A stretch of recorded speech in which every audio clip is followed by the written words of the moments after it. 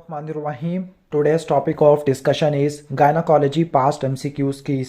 तो हम ज़्यादा डिटेल से नहीं पढ़ेंगे क्योंकि टाइम मेरे पास भी नहीं है और आपके पास भी नहीं है। तो maximum number of primordial follicles आपको 20 वीक्स पे देखने को मिलते हैं। तकरीबन 6 से 7 मिलियन के होते हैं। At the time of birth 1 से लेकर 2 मिलियन के होते हैं और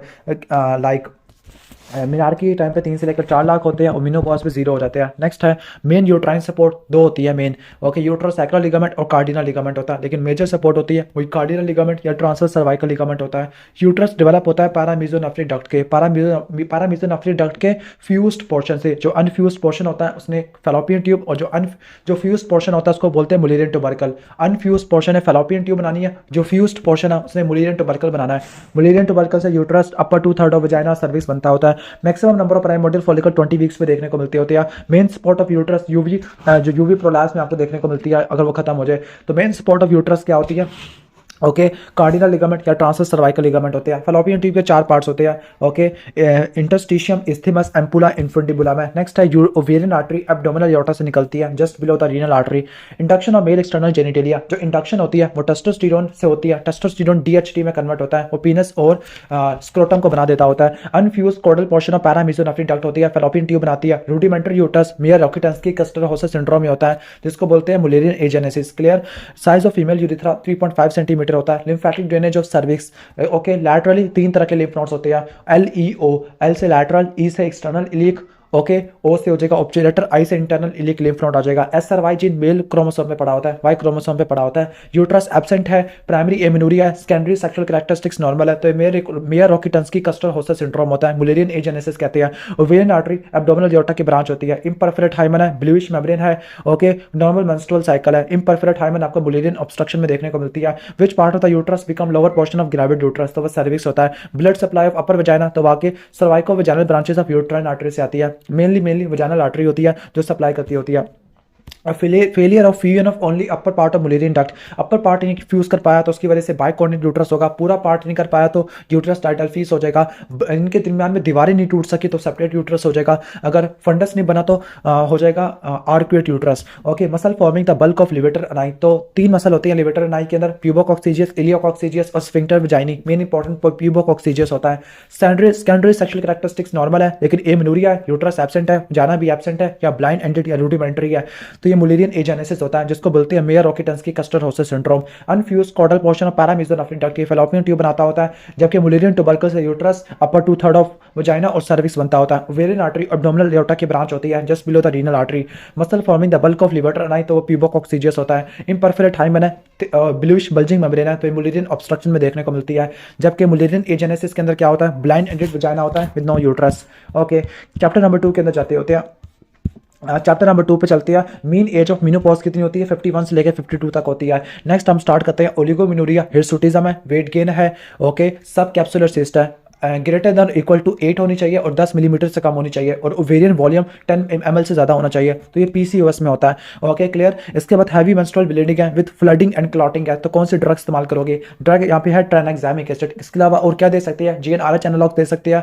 ओके, COC भी दे सकते हैं, साइक्लिकल प्रोजेस्टेरोन दे सकते होते हैं, एनसेड दे सकते हैं, ट्राइनेक्सामिक एसिड दे सकते हैं, LNG-IUS दे सकते हैं। LNG-IUS 95% तक ब्लड को कम कर देती है, 50% तक आपका ट्राइनेक्सामिक एसिड है, और एनसेड होती है 30% तक ब्लड को कम कर देती होती है। नेक्स्ट है क्या? किसी पेशेंट को 14 वीक का इरेगुलर यूट्रस है, 14 वीक का इरेगुलर यूट्रस है, क्या डायग्नोस बनेगा? फाइब्रॉइड बनता है। ओके, लेकिन कोई मीनोरेजिया वगैरह नहीं है, लेकिन इरेगुलर यूट्रस ही बताने को काफ़ी है 14 वीक का साइज का कि फाइब्रॉइड होता है। फाइब्रॉइड के लिए क्या करवाते हैं? ट्रांस एब्डोमिनल अल्ट्रासाउंड और ट्रांस वेजाइनल अल्ट्रासाउंड होती है। क्लियर? इसके अलावा saline injection, sonography, hysteroscopy, MRI करवा सकते होते हैं। मिनार्की होती है 12.8 ईयर्स के ऊपर। क्लियर? 11 to 13 होती है। Normal duration of menstrual cycle नहीं, मेंस्ट्रुअल फेज का जो ड्यूरेशन होता है वो आपको होता है तकरीबन 1 से लेकर 7 दिन तक होता है। जो पूरी मेंस्ट्रुअल साइकिल होती है वो 21 से लेकर 35 दिन तक होती है। 20 ईयर ओल्ड मेडिकल स्टूडेंट है जिसको 5 ईयर हिस्ट्री या वेट गेन की, ओलिगोमिनूरिया है, फेशियल हेयर है यानी एक्ने हिर्सुटिज्म है, तो क्या PCOS होता है, पॉलीसिस्टिक ओवेरियन सिंड्रोम होता है। Okay, clear? GnRH गोनाडोट्रोपिन की रिलीज को बढ़ा देता है, FSH LH की। ओके, जो सीरम प्रोलैक्टिन लेवल्स होते हैं ये आपको पार्चुलेशन में, चाइल्ड बर्थ में देखने को मिलते हैं। इसके अलावा D2 ब्लॉकर में भी देखने को मिलते हैं। Major cause of abdominal uterine bleeding in 13-year-old girl. 13-year-old girl मतलब अभी भी ताज़ा मिनारकी स्टार्ट हुई है। जब शुरू में मिनारकी होती है तो शुरू वाले जो साइकिल्स होते हैं वो एनओव्यूलेटरी होते हैं due to immaturity of hypothalamic pituitary ovarian axis. तो बेस्ट ऑप्शन क्या होगा? एनओव्यूलेशन होगा। क्लियर। इसके बाद है कि जो फीमेल में प्यूबर्टी की 3 चीज़ें होती है, थिलार्की, एड्रीनार्की और मिनार्की होती है। जो प्यूबार्की, एड्रीनार्की होती है वो ईस्ट्रोजन पर डिपेंडेंट नहीं होती। ओके, इसके बाद है hot flushes, irritability, joint pain है, एज काफी ज्यादा हुई हुई है, पोस्ट मेनोपॉजल है, तो आपने क्या देनी है? HRT देनी है, कंबाइंड ईस्ट्रोजन प्रोजेस्टेरोन वाली होती है। अगर कोई ईस्ट्रोजन वाली कॉन्ट्राइंडिकेशन होती तो आप प्रोजेस्टेरोन वाली HRT आप दे देते। ओके, इसके बाद नेक्स्ट आगे चलते होते हैं टर्नर सिंड्रोम के बारे में क्या बात? ठीक है, मोस्ट कॉमन क्रोमोसोमल अनोमली होती है फीमेल के अंदर। क्वेश्चन नंबर 14 स्टार्ट करते होते हैं। ओके, ओलिगोमिनूरिया हुआ है। कैसे पता लगा ओलिगोमिनूरिया? क्योंकि ओलिगोमिनूरिया के अंदर 35 दिन से साइकिल बढ़ जाता होता है। इसका 45/90 है। BMI ज्यादा है, अल्ट्रासाउंड में पॉलीसिस्टिक ओवरीज है, तो ये एक क्राइटेरिया को फॉलो करता है। This is called Rotterdam's criteria. तो बेस्ट आंसर क्या होगा इसके लिए? आपने जो ओके आपने क्या एडवाइस करना है? वेट की रिडक्शन और साइक्लिकल प्रोजेस्टेरॉन, ये बेस्ट ऑप्शन होते हैं। ठीक हो गया। ओके, इसके बाद है 40-year-old फीमेल है जिसको मीनोरेजिया, हैवी मेंस्ट्रुअल ब्लीडिंग है, लास्ट चाइल्ड बर्थ 10 साल पहले हुई थी, यूट्रस नॉर्मल इन साइज है, कुछ भी नहीं है, डायग्नोसिस ऑफ एक्सक्लूजन है, तो ये ब्लीडिंग ऑफ एंडोमेट्रियल ओरिजिन होता है जिसको डिसफंक्शन यूट्राइन ब्लीडिंग कहते होते हैं। ओके, 55-year-old फीमेल है। ओके, पैरा 6 है, मेनोपॉजल 5 ईयर से उसको कंटिन्यूस परवजाइनल ब्लीडिंग हो रही है, यानी पोस्ट मेनोपॉजल ब्लीडिंग हो रही है। जब भी पोस्ट मेनोपॉजल ब्लीडिंग हो तो आपने स्टीरोस्कोपी गाइडेड एंडोमेट्रियल बायोप्सी लेनी होती है। क्या इंडिकेशन होती है? Post menopausal bleeding, intermenstrual bleeding होती है। क्लियर। एज 45 से ऊपर है, TVS के ऊपर एंडोमेट्रियल की थिकनेस आपको 4 मिलीमीटर से ज्यादा की देखने को मिल रही है, या ट्रीटमेंट फेल हो चुका है, या प्रायर टू द ऑब्लेटिव टेक्निक है। Okay, clear. इसके बाद नेक्स्ट आगे स्टार्ट करते हैं। 46-year-old है, वन सेकंड, एज 35 से ऊपर है, HMP या क्लॉट्स वगैरह पास हो रही है। ओके, मेंस्ट्रुअल साइकिल मतलब देखो 9 दिन है मेंस्ट्रुअल फेज के, HB कम हो पड़ा है, तो क्या करवानी है आपने? HMB वालों में खासतौर पर पोस्ट मेनोपॉजल के केस में आपने क्या करानी होती है? वैसे पोस्ट मेनोपॉजल तो है नहीं, तो हिस्टेरोस्कोपी गाइडेड एंडोमेट्रियल बायोप्सी करानी होती है। मेनोपॉज में FSH 30 इंटरनेशनल यूनिट पर लीटर से ज्यादा का होता है। हॉट फ्लैशेस, वजाइनल ड्राइनेस है, और थ्रोम्बोएम्बोलिज्म भी है। थ्रोम्बोएम्बोलिज्म भी है तो आप ईस्ट्रोजन वाली कभी भी नहीं दे सकते, HRT आपने प्रोजेस्टेरोन वाली देनी होती है। क्लियर। इसके बाद आ जाती है ओव्यूलेशन अकर सब ऑप्टिमली। सब ऑप्टिमली किस में होती है? हाइपोथायरॉइडिज्म में आपको देखने को मिलती होती है। ओके, मेंस्ट्रुअल इरेगुलरिटीज है, हिर्सुटिज्म है, ओबेसिटी है, तो इस क्राइटेरिया को बोलते हैं रोटरडम्स क्राइटेरिया, PCOS में होता है। नेक्स्ट है हैवी मेंस्ट्रुअल ब्लीडिंग है, रेगुलर साइकिल है, लेकिन देखो मेंस्ट्रुअल फेज 7 तक है, ठीक है, कह सकते हैं। BMI देखो काफी ज्यादा बड़ा हुआ है, और HB क्या है? HB भी काफी ज्यादा कम हुआ है, तो ट्रीटमेंट ऑफ चॉइस क्या होगा? एंटी प्रोस्टाग्लैंडिन, एंटी फिब्रिनोलिटिक इस्तेमाल कर लोगे। क्लियर। यानी एफिनेमिक एसिड आ जाएगा और ट्राइनेक्सामिक एसिड आ जाएगा। नेक्स्ट आ जाती है प्राइमरी एमेनोरिया, कब लेबल करते हैं? 16 साल तक, अगर सेकेंडरी सेक्सुअल कैरेक्टरिस्टिक्स है।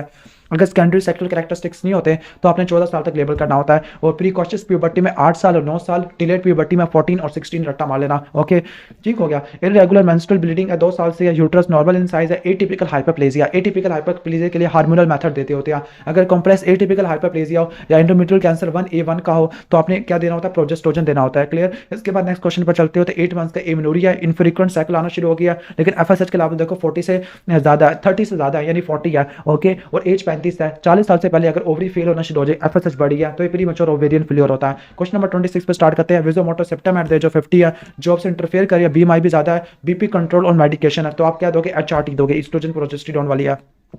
Clear.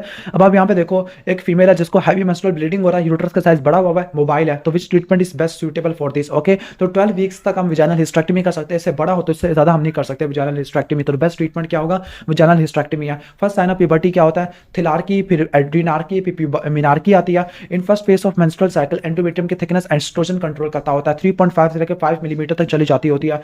Clear. Complication of endometrial thickness, okay, complication of endometrial thickness है तो सर्वाइकल स्टेनोसिस आ जाएगा, एंडोमेट्रियल एब्लेशन से, कौन बायोप्सी से, या फिर कहने का मतलब एंडोमेट्रियल एब्लेशन हो गया, कौन बायोप्सी हो गया, या अब कोई एब्लेशन वगैरह हुआ तो उसकी वजह से एंडो सर्वाइकल केनाल क्या हो जाएगी? नारा हो जाएगी। This is called cervical stenosis, और ये क्या करवाती है? हिमेटोमीटर वगैरह करा देती होती है। Clear. Treatment of mild to moderate premenstrual symptom में आपने क्या करना होता है? लाइफस्टाइल मॉडिफिकेशन करनी होती है, फैट, शुगर, अल्कोहल, स्मोकिंग, इसको आपने कम करना होता है, योगा एक्सरसाइज, रिलैक्सेशन एक्सरसाइज आपने करनी होती है। मॉडरेट टू सीवियर में आप साइकोलॉजिकल ट्रीटमेंट स्टार्ट करते हैं और ड्रग्स वाला ट्रीटमेंट स्टार्ट करते होते हैं। Clear. Psychology like like psychological में आप ऐसे सारे इस्तेमाल करते हैं, फ्लोक्सेटिन, सिटालोप्राम या साइकिल को सप्रेस कर दोगे ओसीपी देने से या ट्रांसडर्मल एस्ट्राडायोल से या फिर प्रोजेस्टोजन से दे दोगे। क्लियर, ठीक हो गया। अगर उससे भी ठीक नहीं हो रहा तो सर्जरी कर दो, total abdominal hysterectomy plus bilateral salpingo oophorectomy आ जाएगा। ओके, अगर हैवी मेंस्ट्रुअल ब्लीडिंग है और डिस्मेनोरिया भी है, पेन भी है और ब्लीडिंग भी है, तो आपने मेफिनेमिक एसिड इस्तेमाल करना होता है। लॉन्ग टर्म कॉम्प्लिकेशन और मेनोपॉज 3 होती है, ओसीडी,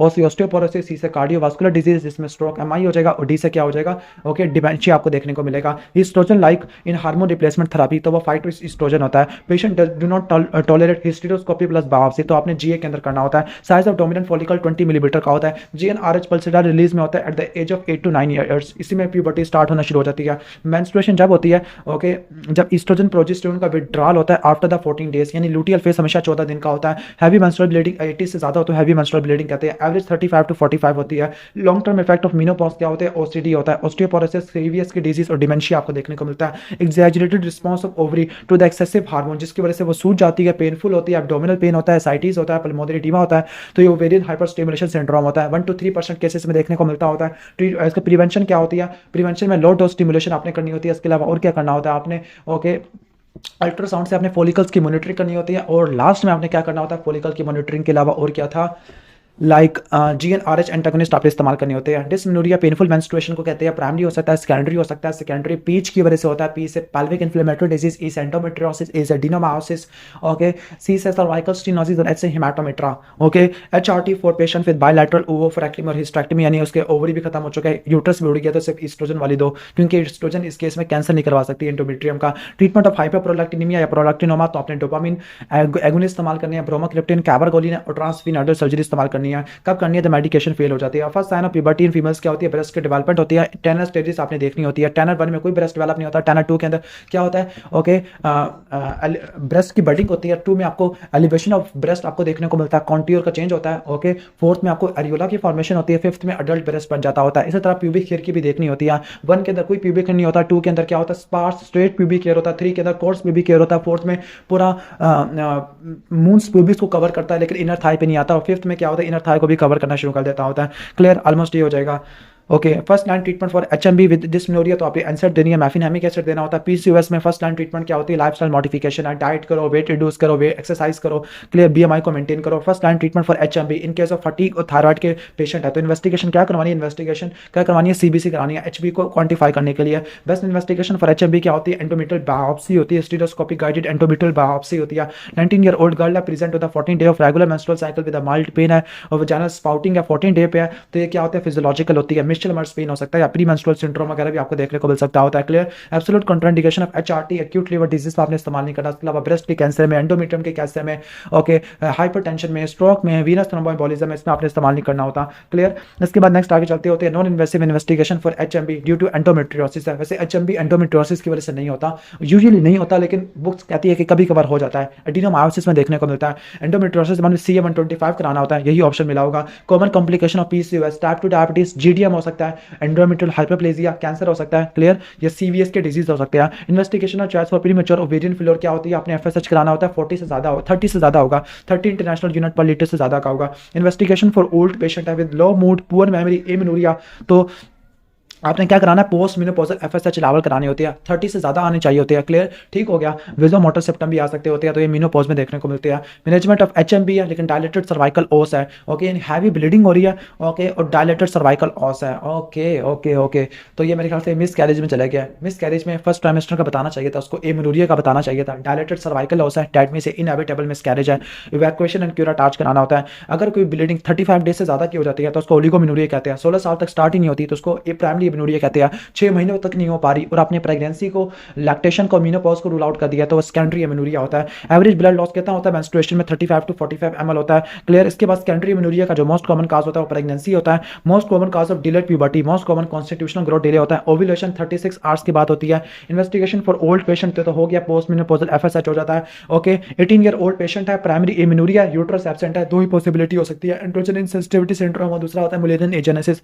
दोनों को डिफरेंशिएट करने के लिए कैरियोटाइप टाइपिंग करा लेते होते हैं। इन्वेस्टिगेशन इन केस ऑफ गैलेक्टोरी और एमेनोरिया, तो आपने प्रोलैक्टिन के लेवल को जरूर चेक करना होता है। क्लियर। इसके बाद management in case of increase weight gain और प्रोलैक्टिन का लेवल क्या हुआ है, ओके ज्यादा हुआ है, ओके वेट गेन हुआ है, दैट मींस थायराइड का कोई प्रॉब्लम हो सकता है। अब देखो ना, जब भी कोई थायराइड का प्रॉब्लम होगा, T4 कम हो जाएगा, तो इसकी वजह से क्या होगा, जब हाइपोथायराइडिज्म में प्रोलैक्टिन का लेवल बढ़ जाता होता है। क्लियर। तो आपने लीवोथायरॉक्सिन देनी होती है। Not essential in androgen insensitivity syndrome, androgen insensitivity syndrome में स्टीरॉयड का कोई रोल नहीं होता। इन्वेस्टिगेशन इन केस ऑफ कोई ब्रेस्ट की डेवलपमेंट नहीं हुई और कोई पैल्विक ऑर्गन वगैरह डेवलप नहीं हुए, ओके इसका मतलब है okay hypothalamic pituitary ovarian axis में मसला है, तो एमआरआई स्कल करा लो। Drug use to prevent osteoporosis after hysterectomy, तो आपने एस्ट्रोजन देनी होती है। Not reliable method to check ovulation, okay sorry not नहीं मोस्ट रिलायबल मेथड है, तो मिड लूटियल प्रोजेस्टेरोन होता है। Okay initial event leading to the puberty, तो स्टेज 2 में आपको ब्रेस्ट की बडिंग स्टार्ट होती है। यूट्रस नहीं है, वजाना नहीं है, एक्सिलरी हेयर भी नहीं है, प्यूबिक हेयर भी नहीं है, ठीक हो गया। तो ये most probably androgen insensitivity syndrome में हो सकता है। क्लियर। ओके ये चीज़ें तो आपको उसमें भी देखने को मिल सकती होती है, लाइक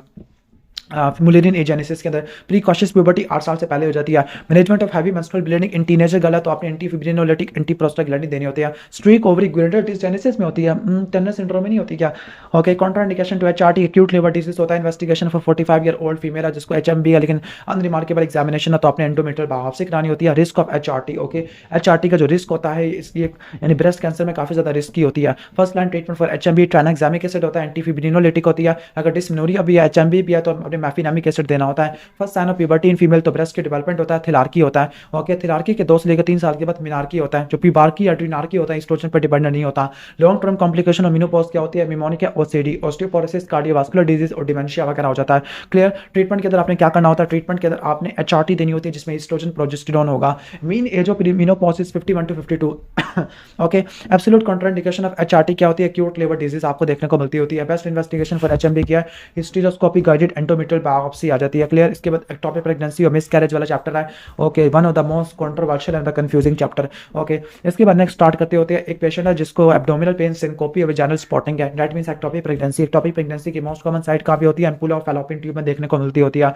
क्लियर। इसके बाद नेक्स्ट आगे चलते होते हैं। एक प्रेग्नेंट फीमेल है, 9th वीक का एमेनोरिया है, 9th मंथ कह रहा हूँ, 9th वीक का एमेनोरिया, इंट्रा यूट्राइन प्रेगनेंसी है लेकिन कोई कार्डिक एक्टिविटी नहीं है। सर्विस इज क्लोज्ड है, सर्विस इज क्लोज्ड है, कोई इंट्रा यूट्राइन कार्डिक एक्टिविटी नहीं है। She request for medical termination of pregnancy, तो बेस्ट और चीपर क्या होगा, माइसोप्रोस्टोल होगा, माइफिप्रिस्टोन होगा, लेकिन यहाँ पे बेस्ट क्या होगा, आपका माइफिप्रिस्टोन आ जाएगा। क्लियर। ठीक हो गया। माइसोप्रोस्टोल भी हम इस्तेमाल कर सकते हैं। क्लियर। इसके बाद नेक्स्ट हम आगे आ जाते हैं, लाइक ओके ओके एक फीमेल है जो कि 3rd मिसकैरेज की बात आई है। 3 कंसेक्टिव मिसकैरेजेस हो जाए, इसको बोलते हैं रिकरेंट मिसकैरेजेस। रिकरेंट मिसकैरेजेस के रिस्क फैक्टर में मैटरनल एज भी आ जाती है, एप्ला भी आ जाएगा, एंटीफॉस्फोलिपिड एंटीबॉडी सिंड्रोम आ जाता होता है। क्लियर। इसके बाद है कि जो मिथोट्रेजेट होती है या टॉपिक प्रेगनेंसी में देती है, लाइक कॉर्नियल प्रेगनेंसी में अगर कॉन्डम में हो गया, ओके इसके बाद है कि नेक्स्ट है कि risk and death from surgical intervention in case of like abortion. Abortion जो सर्जिकल अबॉर्शन होता है 14 हफ्तों से पहले क्या करते हैं, वैक्यूम एस्पिरेशन, 14 हफ्तों के बाद क्या करते होते हैं, लाइक डायलेटेशन एंड इवैक्यूएशन करते हैं, तो उसका जो रिस्क ऑफ डेथ होता है 1 in 1 lakhs होता है। क्लियर। इसके बाद नेक्स्ट क्वेश्चन पर स्टार्ट करते हैं। नेक्स्ट क्वेश्चन है ओके विजाइनल ब्लीडिंग है, प्रेग्नेंट फीमेल है, विजाइनल ब्लीडिंग है, एमेनोरिया हुआ है। क्लियर। प्रेगनेंसी का सिम्टम आना शुरू हो गया लेकिन और कोई भी फीचर नहीं है, तो ये मिस्ड अबॉर्शन में आपको देखने को मिलता है, जिसको मिसकैरेज भी आपको कहते होते हैं। क्लियर। इसके बाद नेक्स्ट क्वेश्चन पे स्टार्ट करते हैं। नेक्स्ट क्वेश्चन पे चलते हैं। 8 वीक का एमेनोरिया है, लोअर एब्डोमिनल पेन है, अल्ट्रासाउंड पे पता लगा कि यूट्रस खाली है लेकिन बीटा एसिजी का लेवल 1600 है, ओके दैट मींस क्या, टॉपिक प्रेगनेंसी होती है। रिटेन प्रोडक्ट ऑफ कंसेप्शन और अल्ट्रासाउंड है, विजाइनल ब्लीडिंग है और एब्डोमिनल पेन है। रिटेन प्रोडक्ट ऑफ कंसेप्शन है, दैट मींस इनकम्प्लीट अबॉर्शन होता है।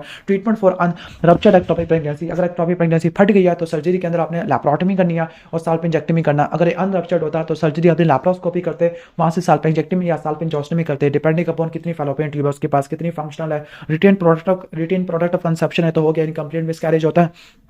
ओके अगर इंट्रा यूटरन प्रेगनेंसी है, फीटल हार्ट भी पॉजिटिव है, फीटल कार्डिक एक्टिविटी भी मौजूद है, सर्वाइकल ओस भी क्लोज्ड है, हल्की फुल्की वजाइनल ब्लीडिंग हो रही है, एब्डोमिनल पेन हो रहा है, तो ये थ्रेटन्ड मिसकैरेज में देखने को मिलता है। फर्स्ट ट्राइमेस्टर की ब्लीडिंग है, 3 डिफरेंशियल जहन में आते हैं। एक आपका होता है मिसकैरेज, दूसरा एक्टोपिक प्रेगनेंसी, तीसरा मोलर प्रेगनेंसी होता है।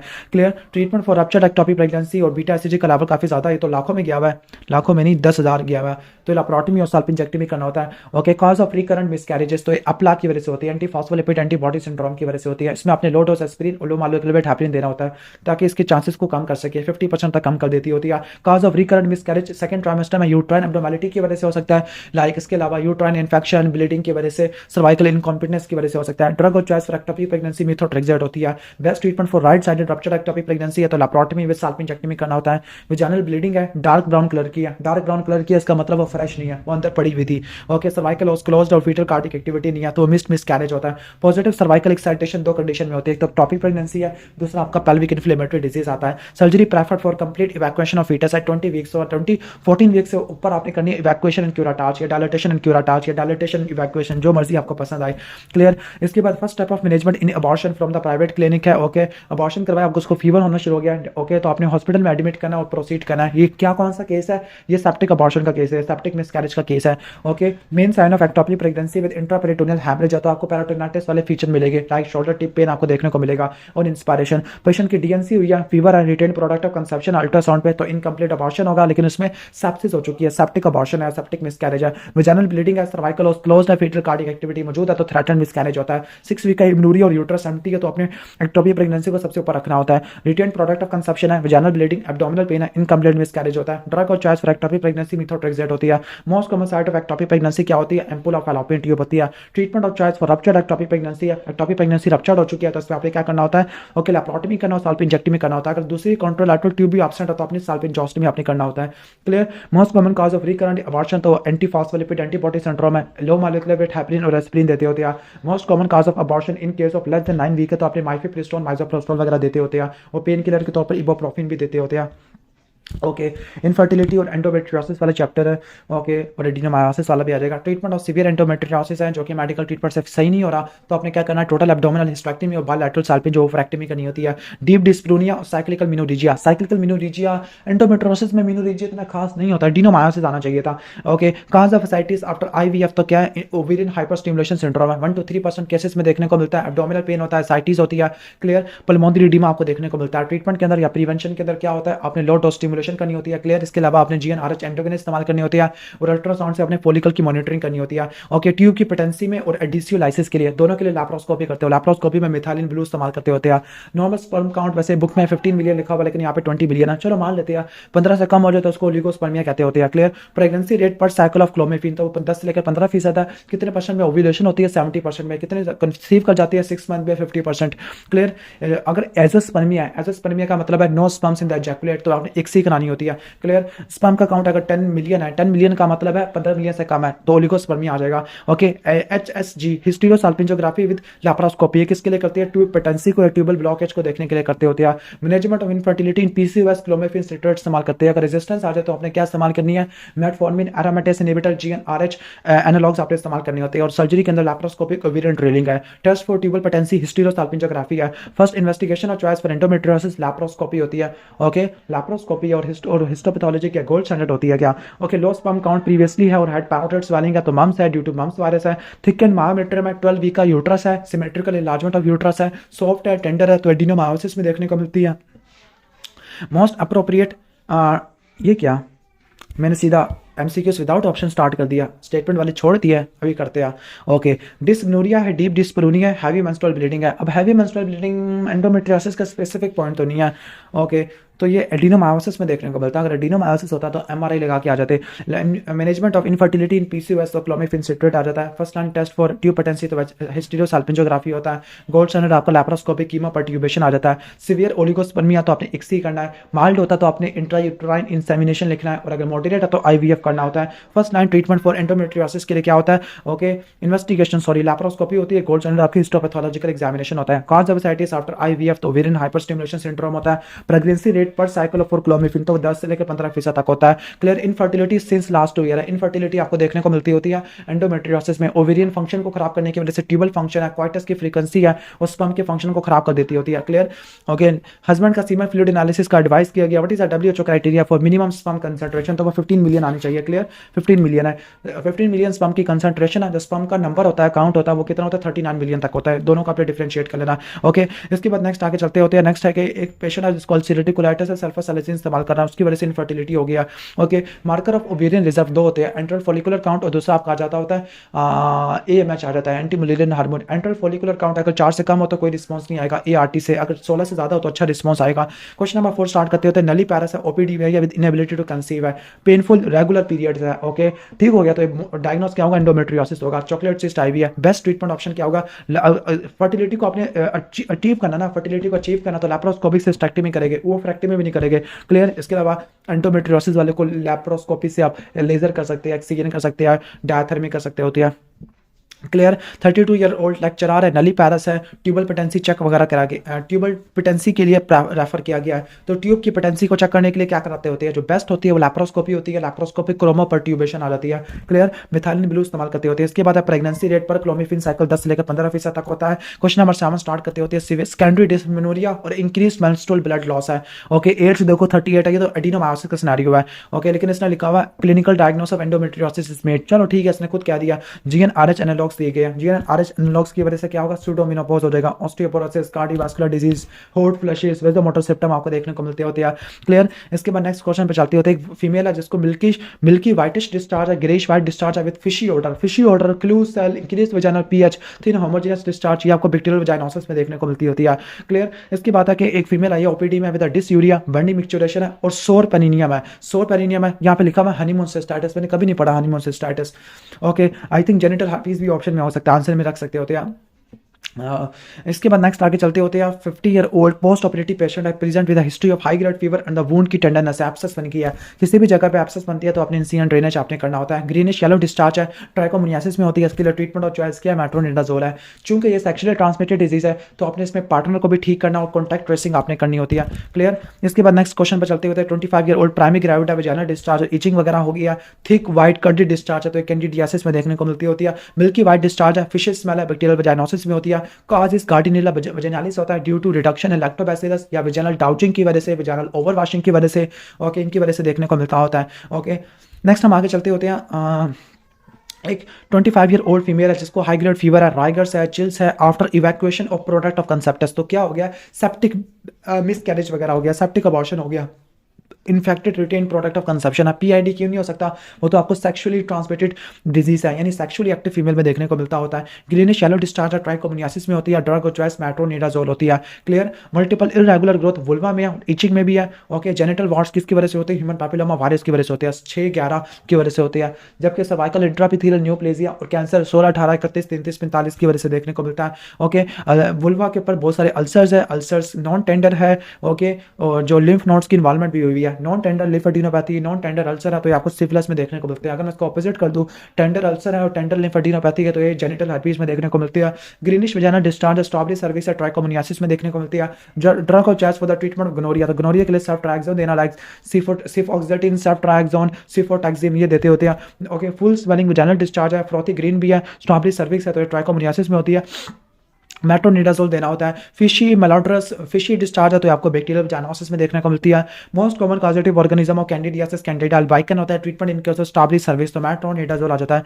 Okay, predisposing factor for thick curdy white discharge है तो डायबिटीज मेलाइटिस में आपको देखने को मिलती होती है। क्लियर, ठीक है। स्ट्रॉबेरी सर्विस है। ओके, स्ट्रॉबेरी सर्विस ट्राइकोमोनियासिस में होता है। Most common causative organism in case of yellowish discharge है। ओके, येलोविश डिस्चार्ज है तो इसके लिए जो मोस्ट कॉमन कॉजेटिव ऑर्गेनिज्म होगा, येलोविश डिस्चार्ज तो ट्राइकोमोनियासिस में देखने को नहीं मिलती। अगर वो ऑप्शन में नहीं, आप फिर क्लैमिडिया लगा देना। जेनिटल वार्ड्स 6 और 11 की वजह से होती है। मोस्ट कॉमन बैक्टीरियल एसटीडी तो वो क्लैमिडिया होती है, पल्विक इन्फ्लेमेटरी डिजीज करवा देती होती है। क्लूसल आपको बैक्टीरियल वेजाइनोसिस में देखने को मिलते हैं। Diagnostic test for candidiasis with curdy white discharge है, यहाँ पे डायमेट्रिक टेस्ट लिखा हुआ है। I think best test should be microscopy और कल्चर। सूडो हाइफी को देखना होता है 10% के बच्चे के अंदर। Most common site of genital tuberculosis क्या होती है, फैलोपियन ट्यूब होती है। क्लियर। ड्रग और चॉइस फॉर ट्राइकोमोनियासिस तो मेट्रोनिडाजोल आ जाती होती है। क्लूसल माइक्रोस्कोपी पे बैक्टीरियल वेजाइनोसिस में देखने को मिलते हैं। Most common organism causing PID तो वो क्लैमिडिया और गोनोरिया आ जाता है। Treatment of penicillin resistant gonorrhoea तो एजिथ्रोमाइसिन आ गया। लीगन सर्विक्स पे नहीं बल्कि वुल्वा में है तो कुंडाइलोमा लाटा किसकी वजह से होता है, सिफिलिस की वजह से होता है। कुंडाइलोमा एक्यूमिनेटम ये वुल्वा पे लीगन होती है, ये आपको HPV की वजह से होती है। ट्रीटमेंट ऑफ herpes सिफिलिस सही साइक्लोविर देना होता है। स्ट्रॉबेरी सर्विस ट्राइकोमोनियासिस में होती है। क्लूसल बैक्टीरियल वेजाइनोसिस में देखने को मिलती है। फुल स्वेलिंग डिस्चार्ज है, स्ट्रॉबेरी सर्विस है, ट्राइकोमोनियासिस होता है। ट्रीटमेंट मेट्रोनिडाजोल होता है। थिक कर्डी व्हाइट डिस्चार्ज होती है विद प्लूराइटिस और सुपरफिशियल डिस्परूनिया। ओके, तो एक आपको वुल्वा वेजाइनल कैंडिडियासिस में देखने को मिलती है। इम्यूनो कॉम्प्रोमाइज में, डायबिटीज में, एंटीबायोटिक में, COCP में, एनीमिया वाले में। And most common causative agent is Candida albicans होता है। अगर कैंडिडा ग्लैब्रेटा होता है तो आपने बोरिक एसिड देना होता है। Clue cell and microscopy with fishy odour तो ये बैक्टीरियल वजाइनोसिस में होता है। कॉस्ट डिक्रीज लैक्टोबैसिलस होता है और लाइक एनारोब्स बढ़ जाते हैं, लाइक कार्डिनल वजाइनालिस है। ट्रीटमेंट में मेट्रोनिडाजोल आ जाती है। Most common cause of lower abdominal pain, uterine या सर्वाइकल मोशन टेंडरनेस होती है, लाइक पेल्विक इन्फ्लेमेटरी डिजीज है तो क्लैमिडिया ट्रैकोमैटस होता है। गोल्ड स्टैंडर्ड आपकी लैप्रोस्कोपी होती है। ट्रीटमेंट में आपने गोनोरिया के लिए सेफ्ट्राक्सोन और क्लैमिडिया के लिए डॉक्सीसाइक्लिन या जिथ्रोमाइसिन आपने देनी होती है। Most common cause of genital warts, okay, तो HPV 6-11 की वजह से होती है, जबकि सर्वाइकल एंट्रोपी थी रेनियोप्लेजिया 16, 18, 31, 33, 45 की वजह से देखने को मिलता होता है। क्लियर। अब नेक्स्ट हम चैप्टर पर जाते होते हैं। नेक्स्ट चैप्टर हमारा यूवी प्रोलैप्स वाला यूरोगायनोकोलॉजी वाला चैप्टर है। ओके, तो सेकंड डिग्री यूवी प्रोलैप्स में क्या होता है, जो कि प्रोलैप्स होता है अप टू द इंट्राइटस होता है, जिसको क्या बोलते हैं हम, इंट्राइटस को क्या बोलते हैं हम, हाइमन वगैरह बोलते होते हैं। Most common cause of recto vaginal fistula क्या होता है, ऑब्स्टेट्रिकल होता है, अल्ट्रोजेनिक ट्रॉमा की वजह से, ये ऑब्स्ट्रक्टेड लेबर की वजह से हो जाता है। 40 year old multiparous female है जिसको इनवॉलंटरी लॉस ऑफ यूरिन है due to cough, laughing, lifting या स्ट्रेनिंग की वजह से, तो ये इंट्रा एब्डोमिनल प्रेशर ज्यादा होने की वजह से हो रहा है, तो स्ट्रेस यूरिनरी इनकॉन्टिनेंस होता है।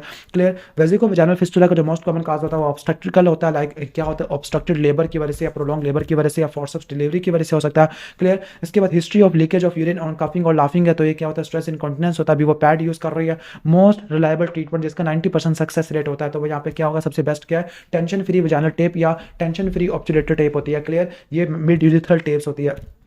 ओके, एक पेशेंट है जो कि 3rd डिग्री यूवी प्रोलैप्स है और कंसीव नहीं कर इनएबिलिटी टू कंसीव है, 30 ईयर की है। मानचेस्टर रिपेयर के बारे में बताया गया, उसकी कॉम्प्लिकेशन के बारे में, which complication is most likely cause of refusal है। ओके, ठीक हो गया। ओके, मानचेस्टर रिपेयर तो यूवी प्रोलैप्स के लिए इस्तेमाल होता है। पेशेंट ने मानचेस्टर रिपेयर को रिफ्यूज कर दिया, क्यों, क्योंकि इसकी कॉम्प्लिकेशन क्या होती है, सर्वाइकल स्टेनोसिस आपको देखने को मिलती होती है।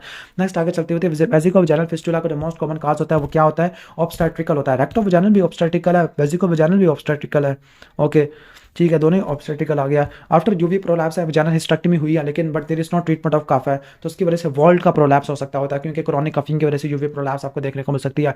Best investigation for atonic platter क्या होती है, सिस्टोमेट्री होती है। इनिशियल इन्वेस्टिगेशन क्या होती है, मिड स्ट्रीम यूरिन सैंपल आपने लेना होता है। Most common cause of UV prolapse क्या होती है, मल्टीपैरिटी, ओके, SVD की वजह से होती है। Leakage of urine on standing, coughing, laughing, तो स्ट्रेस इनकॉन्टिनेंस होता है। Descent up to the introitus, second degree UV prolapse है। काज ऑफ पेल्विक वीकनेस तो मल्टीपैरिटी की वजह से हो सकती है। Gold standard treatment for urodynamic stress incontinence, urodynamic stress incontinence के लिए gold standard Burch colpo suspension लिखा हुआ है।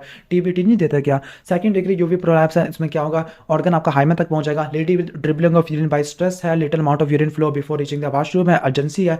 ओके, तो इसमें स्ट्रेस इनकॉन्टिनेंस भी है, अर्जेंट कॉन्टिनेंस भी है, तो मिक्स्ड इनकॉन्टिनेंस होता है। Delayed complication of vaginal hysterectomy क्या होता है, वोल्ट प्रोलैप्स आपको देखने को मिलता होता है। क्लियर। और test for incontinence, test for incontinence क्या होगा, यूरिन एनालिसिस वगैरह करा लोगे। ओके, वैसे बेस्ट टेस्ट आपका यूरोडायनेमिक स्टडीज आ रहा है। What to monitor after surgery done for vesico vaginal fistula, तो आपने यूरिन आउटपुट को मॉनिटर करना होता है। Cause of vesico vaginal fistula with history of previous birth, तो ऑब्स्ट्रक्टेड लेबर आ जाएगा। Cause of cervical ulcer in case of UV prolapse, तो अल्सर इस्कीमिया की वजह से हो सकती है। Management of vesico vaginal fistula, okay, vesico vaginal fistula का आपने रिपेयर करना होता है आफ्टर 2 to 3 मंथ्स। कई ऑब्स्ट्रक्टेड लेबर हुआ होगा, उसकी वजह से वेजिको वजाइनल फिस्टुला हुआ है, तो उसको आपने 2 से लेकर 3 महीनों के बाद रिपेयर करना होता है।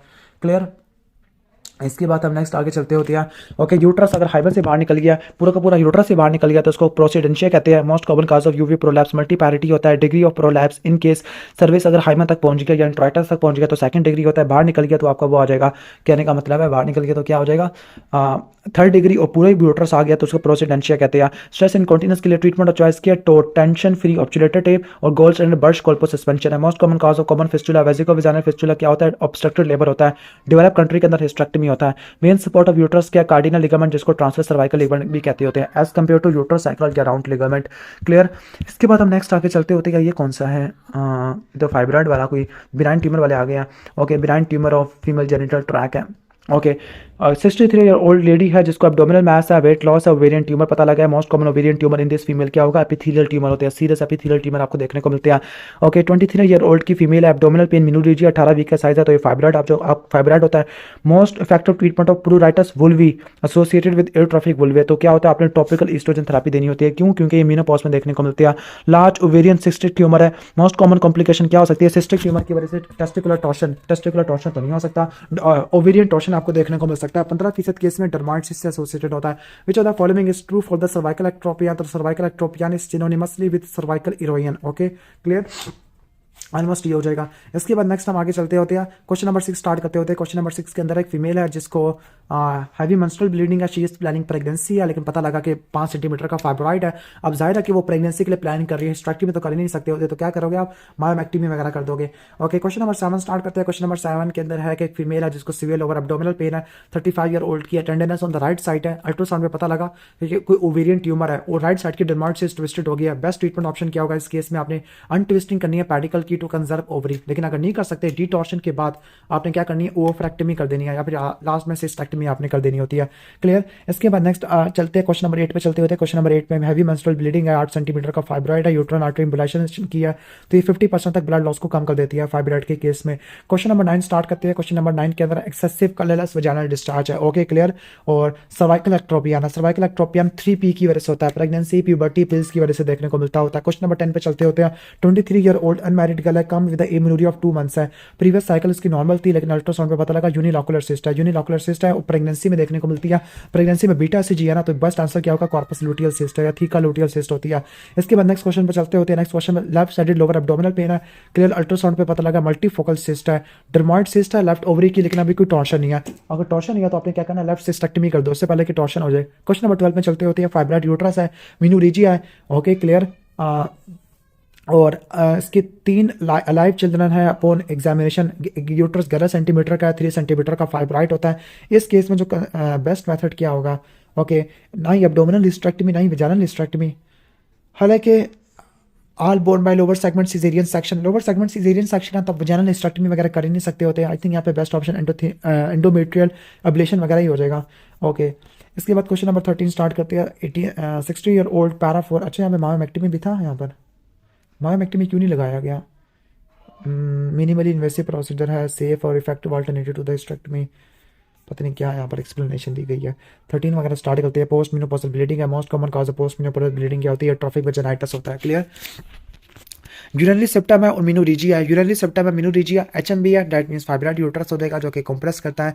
Okay, treatment of Bartholin cyst, Bartholin cyst में मार्सुप्लाइजेशन करनी है अंडर द जीए और इंसिडेंट ड्रेनेज अपने एब्सेस में करनी होती है।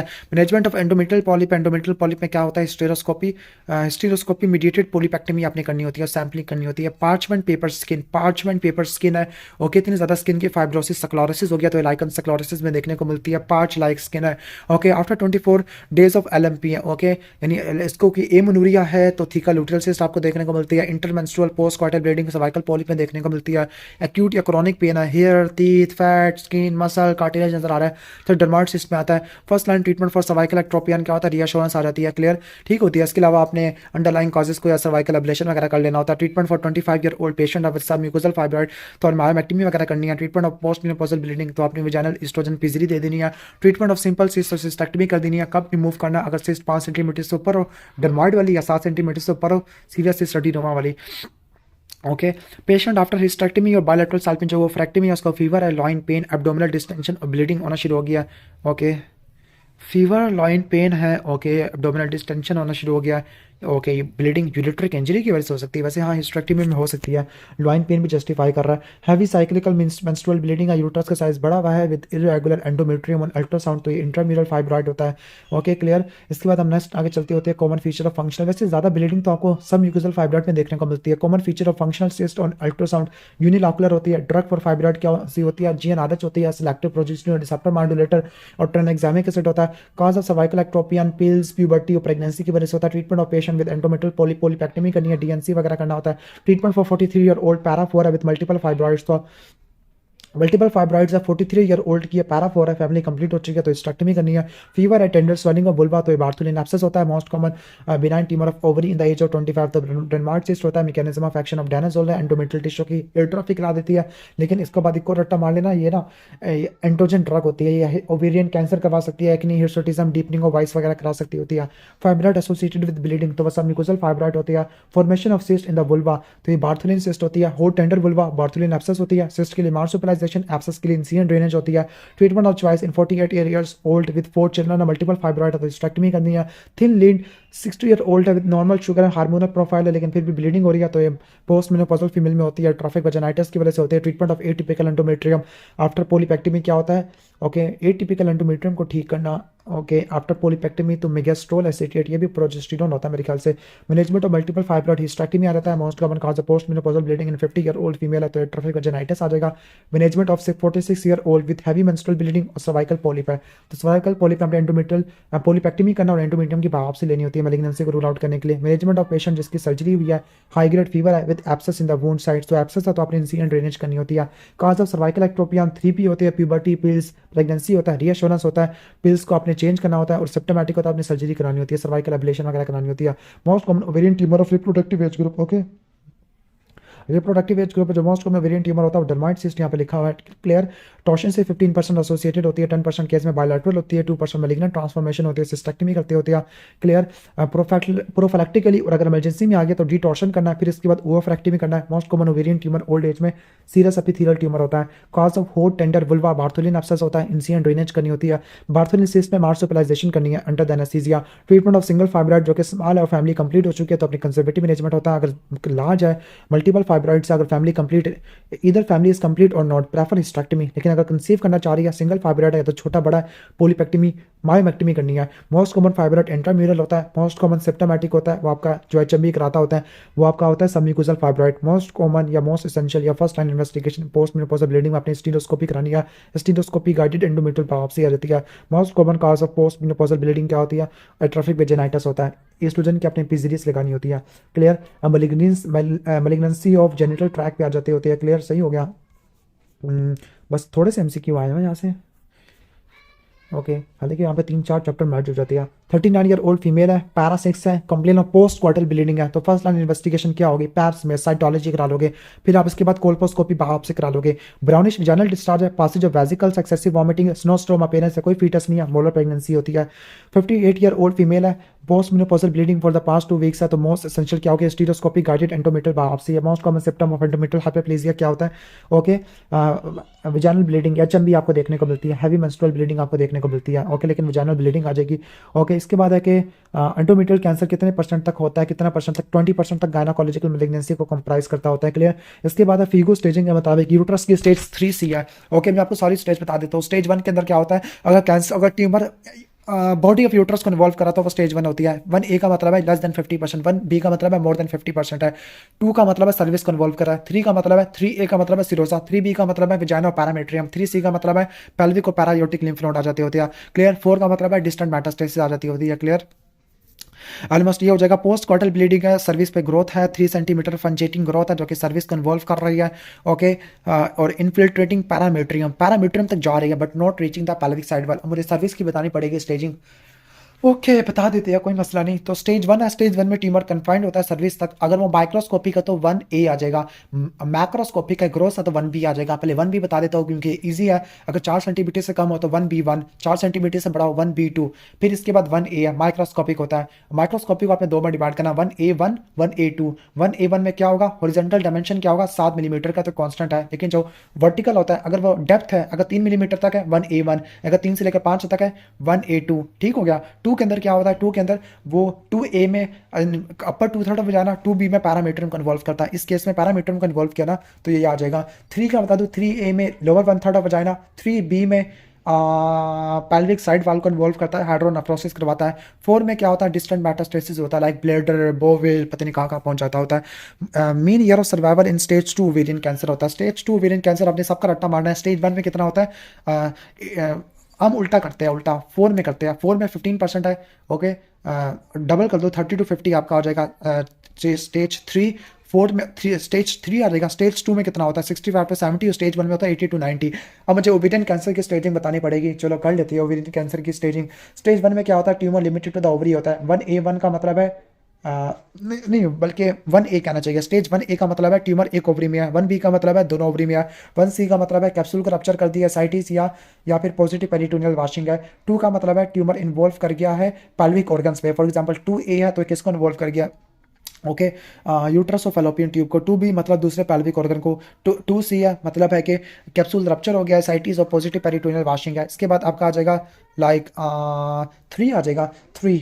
ओके 3 थोड़ा सा मुश्किल है, पेरिटोनियल एक्सटेंशन होती है। 3A का मतलब है माइक्रोस्कोपिक, 3B का मतलब है मैक्रोस्कोपिक लेकिन मैक्रोस्कोपिक लेकिन 2 सेंटीमीटर से छोटा है, 3C का मतलब है मैक्रोस्कोपिक लेकिन 2 सेंटीमीटर से बड़ा का है, और 4th का मतलब होता है डिस्टेंट मेटास्टेसिस, लीवर के अंदर या प्लूरल फियन के अंदर चला गया है। क्लियर। इसके बाद ये क्या लिखा हुआ है, साइटोलॉजी रिपोर्ट इन 25 ईयर ओल्ड पैरा 30 सिन 1 है। सिन 1 का मतलब माइल्ड होता है, तो इसमें आपने फॉलो अप करना होता है। लेकिन देखो ये साइटोलॉजी है, साइटोलॉजी कभी भी डायग्नोस्टिक नहीं होती, तो आपने कोल्पोस्कोपी बायोप्सी करना, अगर कंफर्म हो जाए ओके लो ग्रेड का है तो आपने क्या करना होता है, आपने इसमें आप फॉलो अप करना होता है साइटोलॉजी से और कोल्पोस्कोपी बायोप्सी से। कोलीफ्लावर लाइक ग्रोथ है तो ये आपको कोलीफ्लावर लाइक ग्रोथ है, you suspect carcinoma of service. वैसे कोलीफ्लावर लाइक ग्रोथ वार्ड्स में भी देखने को मिलती है। कैंसर ऑफ सर्विस पर कोल्पोस्कोपी बायोप्सी आपने करनी होती है। ओके, वल्वा की कैंसर की स्टेजिंग अब आपने करनी है। ओके, वल्वा के कैंसर में अगर ट्यूमर लिमिटेड हो वल्वा तक तो वह ग्रेड 1 होता है। ओके, 2 में लोअर 1/3 ऑफ वजाना को इन्वॉल्व करता है, 3 में होता है बायलैटरल इंग्वाइनोफीमोरल लिम्फ नोड, और 4th में डिस्टेंट मेटास्टेसिस होता है। 1 में क्या होता है कि अगर ये 2 सेंटीमीटर से कम का तो 1A1 है, अगर 2 से बड़ा हो तो 1A2 है। अब इसका 5 ईयर सर्वाइवल रेट क्या होगा, चूंकि 1 है तो ये तकरीबन होगा ऑलमोस्ट तुक्का मारते हैं, मुझे भी नहीं पता, तुक्का मारते हैं, मेरे ख्याल से 80 और 90 में से कोई होगा। बेस्ट ऑप्शन 80 लगाते हैं, देखते हैं कैसा है हमारा ऑप्शन। 90 तुक्का गलत हो गया। ओके, और क्वेश्चन नंबर 12 स्टार्ट करते हैं। क्वेश्चन नंबर 12 के अंदर है ओके, एक पेशेंट है जिसको पैरासिक्स है, अल्ट्रासाउंड रिपोर्ट, इसकी मदर को ओवेरियन कैंसर की डेथ हो चुकी है, उसको भी ओवेरियन कैंसर का डर है। अगर कोई BRC या जीन की म्यूटेशन है तो उसको प्रोफाइलैक्टिक ओवोफ्रेक्टमी करा लेनी चाहिए। ओके, वैसे भी 50 साल की होगी, अब ओवरी का क्या करना है। इसकी बात है, it increases the chances of ovarian cancer. Endometriosis ovarian cancer के चांसेस को बढ़ा देता है। ओके, एक ओवेरियन कैंसर होता है जो एंडोमेट्रियोसिस से बहुत ज़्यादा होता है, वो कौन सा होता है, क्लियर सेल और एंडोमेट्रियोइड होता है। Tumour marker for granulosa cell tumour inhibin होता है। Drug causing endometrial cancer tamoxifen होता है। इसके रिस्क फैक्टर को रट्टा मारने के लिए pneumonia, family has old aunt, positive family history, hypertension, old aunt, obesity, L से आ जाएगा late menopause, early menarche, D से डायबिटीज आ जाएगा, आंट है, ए से एनी एंडोमेट्रियल हाइपरप्लेजिया, यू से आ जाएगा यू से क्या आ जाएगा अनअपोज्ड ईस्ट्रोजन लाइक HRT या PCOS है। ओके, एन से नली पैरिटी और टी से टोमैक्सोफिन है। तो सारे रिस्क फैक्टर मैंने बता दिया। Best investigation for cervical cancer colposcopy mediated biopsy लेनी है। स्नोस्टोम अपीयरेंस मोलर प्रेगनेंसी में आता है। Risk factor for endometrial cancer क्या है, सारे बता दिया। ओबेसिटी है। FIGO staging for cancer of uterus, ये भी ऑलरेडी बता दिया मैंने। Marker of epithelial ovarian tumour CA125 serous में होता है, CA99 म्यूसिनस में होता है, इनहिबिन वाला ग्रैनुलोसा सेल ट्यूमर में होता है, alpha feto protein yolk sac tumour में होता है, डिस्टर्मिनोमा में आपको LDH और LDH और SCG देखने को मिलता होता है। FIGO staging and prognosis of cervical cancer. Okay, अच्छा 1B2 कब लेबर करते हैं, क्लिनिकल लीगन क्या 4 सेंटीमीटर से बड़ी है। ट्रीटमेंट फॉर एंडोमेट्रियोमा, एंडोमेट्रियोमा के लिए सिस्टेक्टमी करते हैं, ओफ्रेक्टमी कर सकते हैं, या ड्रेनेज कर लेप्रोस्कोपी से ड्रेनेज कर देते होते हैं। चॉकलेट सिस्ट के लिए एंडोमेट्रियोमा यानी चॉकलेट सिस्ट को बोलते हैं। Mother with ovarian cancer having the risk of ovarian mother with cancer having the risk of ovarian cancer in daughter तो 5% है। फैक्चुअल क्वेश्चन है, मैनेजमेंट ऑफ ओवेरियन कैंसर तो total abdominal hysterectomy plus bilateral salpingo oophorectomy omentectomy करते हैं, positive ओमेंटेक्टमी करते हैं, positive peritoneal washing वगैरह ले लेते हैं। और अगर 1C से ऊपर है तो आपने कीमो देनी होती है, 6 साइकिल्स देनी होती है 3 वीक्स अपार्ट। कौन से देते हैं, कार्बोप्लाटिन, सिस्प्लाटिन और पैक्लिटैक्सेल देते होते हैं। Survival rate of endometrial cancer stage 2 में 75 है, स्टेज 1 में मेरे ख्याल से कोई 90 तक है, 3 में होगा मेरे ख्याल से 33 तक होगा, 1 में आपका 35 तक होगा। सर्वाइकल कैंसर अगर पैरामीटर को इन्वॉल्व करा तो 2B, अपर 2/3 ऑफ वजाना को इन्वॉल्व करता तो 2A, लोअर 1/3 को इन्वॉल्व करता 3A। First line investigation for endometrial cancer क्या होती है, हिस्टेरोस्कोपी, लेकिन जो गोल्ड स्टैंडर्ड होती है बायोप्सी नहीं, हिस्टोपैथोलॉजिकल। ओके, और रट्टा मार लेना, जो एंडोमेट्रियल कैंसर की जो होती है ना स्टेजिंग होती है वो MRI से करते होते हैं, ओवेरियन कैंसर की सर्जरी से करते हैं, जबकि सर्विस के कैंसर की आप क्लिनिकल फाइंडिंग पे करते हैं। First lymph node involve in ovarian cancer, okay, para-aortic और पेल्विक लिम्फ नोड आ जाते हैं। अगर ये इन्वॉल्व हो जाते हैं ओके, तो उसका मतलब है कैंसर आगे काफ़ी ज़्यादा आगे तक चला गया। डायबिटिक और ओबीस है, पोस्ट मेनोपॉजल ब्लीडिंग है, ओके, तो एंडोमेट्रियल कैंसर आ जाएगा। ओल्ड एज है, पैरा 5 है, हैवी ब्लीडिंग है, एंडोमेट्रियल कैंसर है। टोटल एब्डोमिनल हिस्टेक्टमी, बायलैटरल साल्पिंज जो वो फ्रैक्टमी आपने करनी होती है। इन्वेस्टिगेशन फॉर एंडोमेट्रियल कैंसर है तो आपने क्या है इसके लिए बायोप्सी लेनी होती है। Most common site of cervical cancer transformation zone में होता है, स्कीमोकोलमनर जंक्शन पर। ट्रांसमिशन रेट ऑफ बर्का इवन म्यूटेशन 1 in 20, 1 in 20 का मतलब होता है 5% तक, ऊपर हमने ऑलरेडी पढ़ चुकी है। Chemotherapy drugs used in ovarian cancer तो कार्बोप्लाटिन, सिस्प्लाटिन, पैक्लिटैक्सेल, बीवासी जो इस्तेमाल होती है।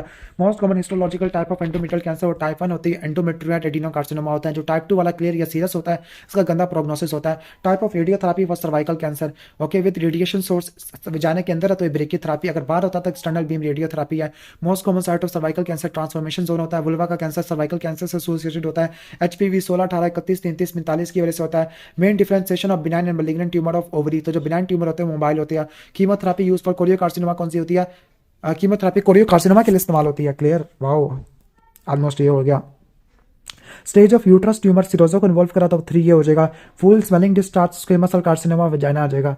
Okay, foul smelling discharge squamous cell carcinoma vagina में देखने को मिलता है। बड़ा वेग सिनेरियो है, इतनी सारी कंडीशन में देखने को मिल सकता है। Endometrial cancer involving less than 50% of myometrium में तो आपने total abdominal hysterectomy plus bilateral salpingo-oophorectomy करना होता है। Treatment of middle age female है जिसकी माँ ओवेरियन कैंसर से मर गई थी तो आपने बायलैटरल साल्पिंजोफ्रेक्टमी करना है। 5% सर्वाइवल रेट होता है, 5% होता है इसका रेट होता है कैंसर का। Management of patient age 30 years की है, ओवेरियन कैंसर 1C का है। 1C का तो आपने क्या करना है, ओके, अगर कंजर्वेशन की बात करेगी उस केस में यूनिलैटरल ओवरफ्रैक्टमी करना है, अदरवाइज आपने पूरा उड़ा देनी है। और 1C के बाद से आपने कीमो भी स्टार्ट करनी होती है। मोलर प्रेगनेंसी में सक्शन क्यूर अटैच करना होता है आपने। इसके अलावा बीटा सीजी को देखना होता है विथ 3 वीक्स तक देखते हो वीकली, फिर आपने मंथली देखना होता है for 6 month. Vesicular pattern on ultrasound है और स्नोस्टोम अपेनेस मोलर प्रेगनेंसी में होती है। Best investigation in female with post menopausal bleeding hysteroscopy mediated endometrial biopsy लेनी होती है। पैरामीटर को इन्वॉल्व कराता है, स्टेज 2 भी आ जाएगा। क्लियर। नेक्स्ट है 5 year survival rate of stage 2 ovarian cancer है। Okay, stage 2 ovarian cancer 65 to 70% लिखा हुआ है यहाँ पर। कहते हैं सबका रट्टा मार लो आप। Gold standard investigation for cervical neoplasia. Cervical cancer में क्या होता है, पोस्ट क्वार्टल ब्लीडिंग आपको देखने को मिलती होती है। क्लियर, क्या मिलती है आपको, पोस्ट क्वार्टल ब्लीडिंग आपको देखने को मिलती है। ठीक हो गया। इसमें आपने कोलोपोस्कोपी बायोप्सी करानी है। फर्स्ट लाइन ट्रीटमेंट क्या होता है, पैप्स में साइटोलॉजी होता है। Stage of tumour metastasis to the pelvic और पैरायोटिक लिम्फ नोड, अगर कार्सिनोमा ऑफ एंडोमेट्रियम तो स्टेज 3C आ जाता है। इसको भी रट्टा मार लेना, सारा एक्सप्लेन कर चुका हूँ। Most common symptom of endometrial cancer क्या होता है, पोस्ट मेनोपॉजल ब्लीडिंग होता है। सीरियस कैंसर के लिए CA-125, म्यूसिनस के लिए CA-99 होता है, इनहिबिन होता है ग्रैनुलोसा सेल ट्यूमर के लिए। ओके, इसके बाद कॉमन गायनाकोलॉजिकल प्रोसीजर है। ओके, ठीक हो गया। नेक्स्ट है 28 ईयर ओल्ड पेशेंट है जिसको इम्यूनरी आफ्टर DNC है, तो क्या हो सकता है, एशियन मैन सिंड्रोम हो सकता है जिसके लिए हिस्टेरोस्कोपी करनी होती है। Which of the following is used to take cervical smear, तो आपका होता है एरीज स्पेचुला होता है। इसके बाद है कि डाउन सिंड्रोम वाली फीमेल है जिसकी आप 12 वीक प्रेग्नेंट है और इसमें कौन सा टेस्ट करा लोगी, अगर इसका पिछला बेबी में डाउन सिंड्रोम था तो इस वाले बेबी में चेक करने के लिए 12 वीक के तो आप CVS कर सकते हैं। पता नहीं ऑप्स का सवाल दे दिया इन्होंने।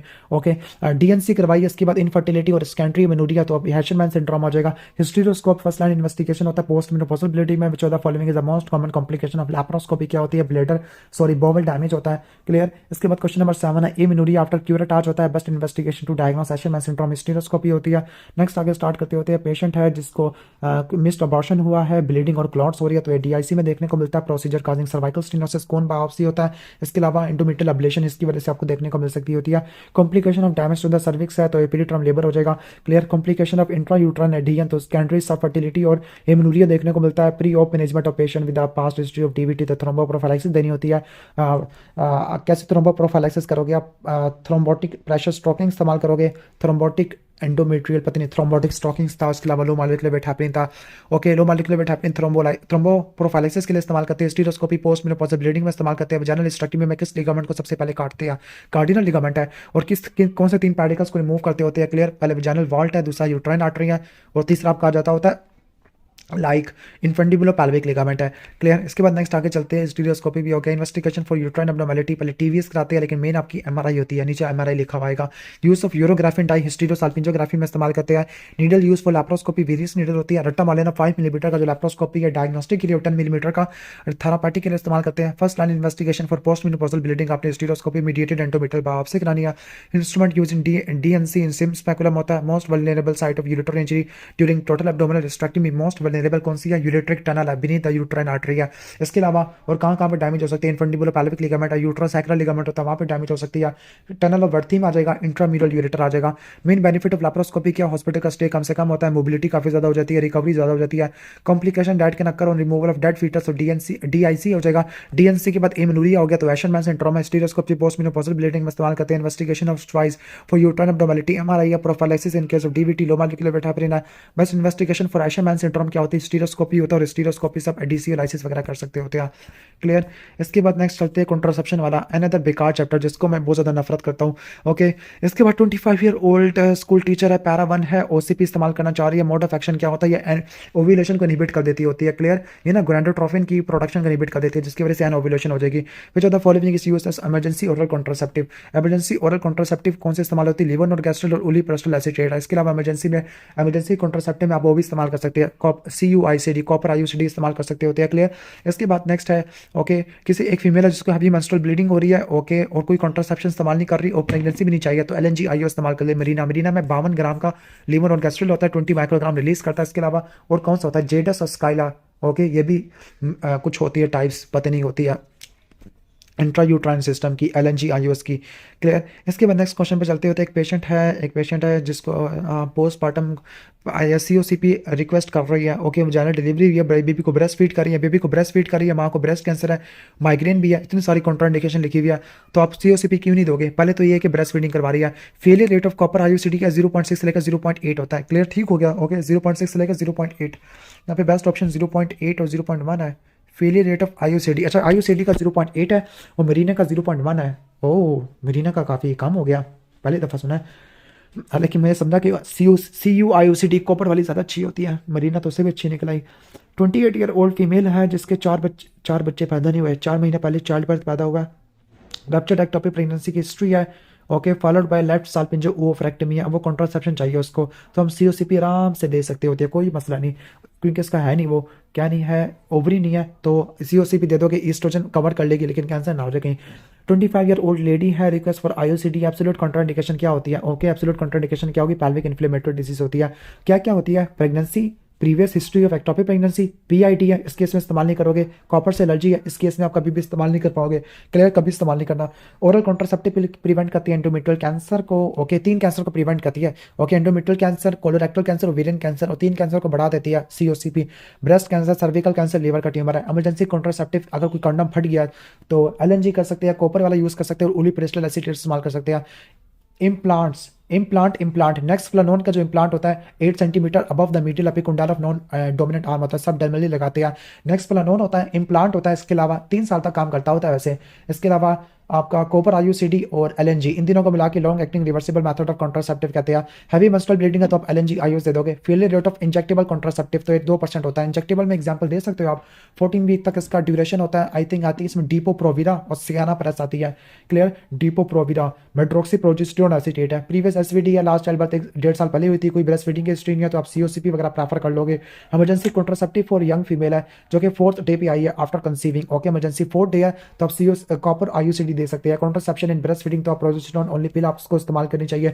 Mode of action of COCP क्या करती है? ओव्यूलेशन, यानी ओव्यूलेशन को इनहिबिट कर देते होते हैं। Contraception contraindicated in venous thromboembolism. COCP contraindicated होती है। Female does not want to conceive और इरेगुलर पीरियड है। ओके, कंसीव भी नहीं करना चाह रही और इरेगुलर पीरियड है तो COCP इस्तेमाल कर ले, ठीक है। Most effective contraception is perfectly use तो CU IUCD होता है, 0.8 तक होता है। Triphasic COCPs, 3 different dose of progestin और ईस्ट्रोजन होते हैं जो कि हर 7 डे पे चेंज हो जाते हैं, तो उसको बोलते हैं ट्राईफेजिक। 3 डिफरेंट डोजेस हर 7 डे पे चेंज हो जाती है। कॉन्ट्राइंडिकेशन फॉर LNG IUS, नलीपैरिटी में इस्तेमाल नहीं करते है। नलीपैरिटी में मैंने प्रेगनेंसी पढ़ा था, नलीपैरिटी तो मैंने नहीं पढ़ा। Mechanism of action of COCP क्या होती है? Okay, inhibit ovulation. नलीपैरिटी तो नहीं था, प्रेगनेंसी वाला था। यहाँ पे कोई अनडायग्नोज वजाइनल ब्लीडिंग है, pelvic इन्फ्लेमेटरी डिजीज था, चलो छोड़ देते हैं। हैवी मेंस्ट्रुअल ब्लीडिंग है, कंसीव भी नहीं करना चाह रही तो मिरीना लगा दो। Best contraceptive in heavy menstrual bleeding तो LNG IUS आ जाएगा। Best contraceptive for breast feeding less than 6 week है तो बेरियर मेथड है, मोर देन 6 वीक तो प्रोजेस्टेरोन इस्तेमाल कर सकते हैं, ईस्ट्रोजन को अवॉइड करना है। बेस्ट कॉन्ट्रासेप्टिव इन इमरजेंसी तो CU IUCD है। नेक्स्ट आपका उलीप्रेस्टल एसीटेट और फिलीमोन और कैस्ट्रोल आ जाता है। Contraceptive contraindicated in case of Venus thromboembolism, hypertension, breast feeding, breast और सर्वाइकल कैंसर है। डायबिटीज है तो COCP नहीं देनी होती। Mode of action of COCP तो क्या करती है? एनओव्यूलेशन करवा देती है बाय सप्रेसिंग सीरम FSH। खत्म हो गया।